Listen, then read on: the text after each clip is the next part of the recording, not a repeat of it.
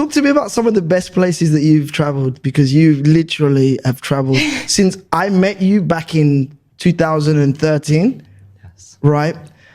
And since then, you know, you've been everywhere. So talk to us about where are some of the best places that you guys have been? So many. We're just talking about like Vietnam, Singapore. Like it's so different from what we're used to. So Yeah. I feel like that's why we enjoyed it more. We really love those events when we have a little bit of.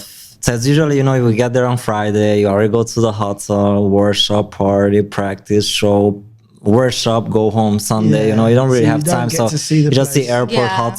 hotel. And we really love when we go a little bit farther, then usually the organizers make sure that we a little bit rest. We get there one day earlier or we stay longer. Or so we really love those events where we a little bit have our, Yeah.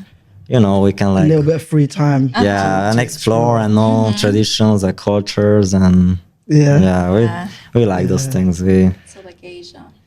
Yeah, I don't know. I really love that. I like that.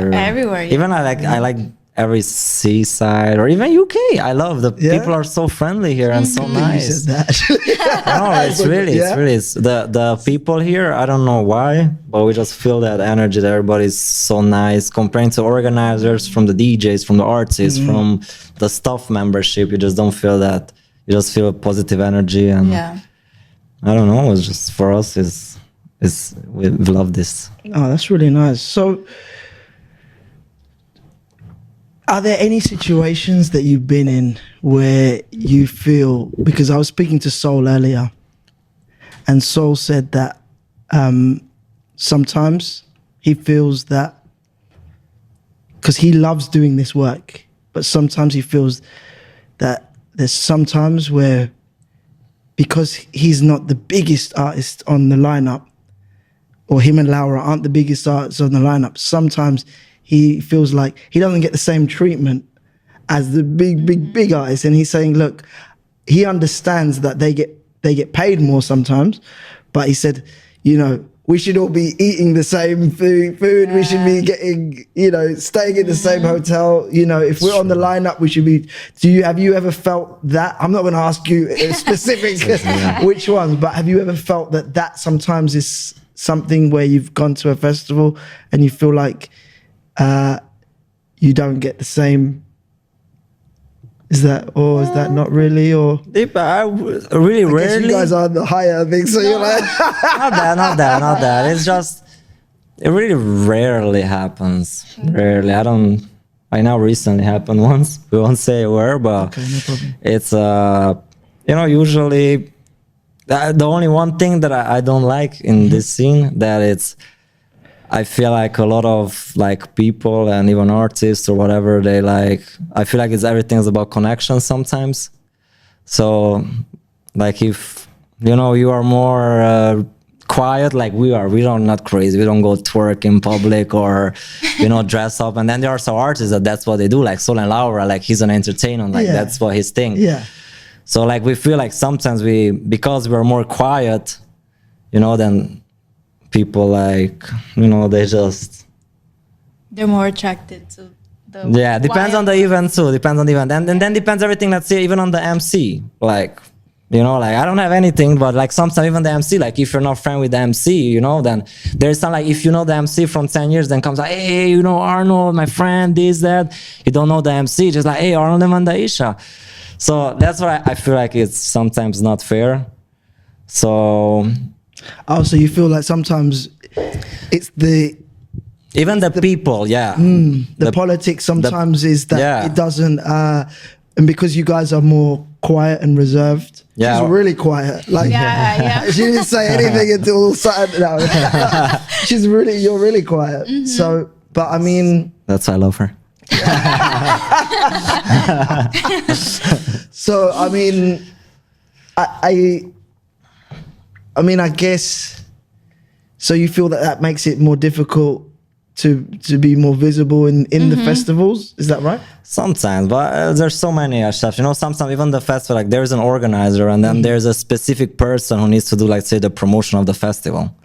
So, like, if that specific, like, sometimes the organizers are like, even though maybe they give them exactly what to do, but they give them like still free hands to do whatever. So whatever that guy he thinks about you, then that's how you get promoted.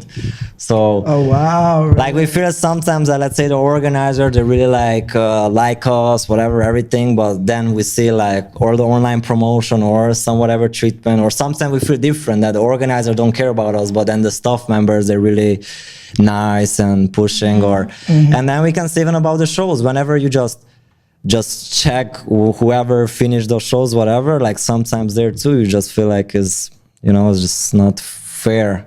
You know, sometimes like you know, if they don't like you, then they put you the first ones, and then they like you. Even if you're not the best, they put you the last ones. Oh wow! So it happens to us a lot of times, but we don't mind. So how should it be for the show?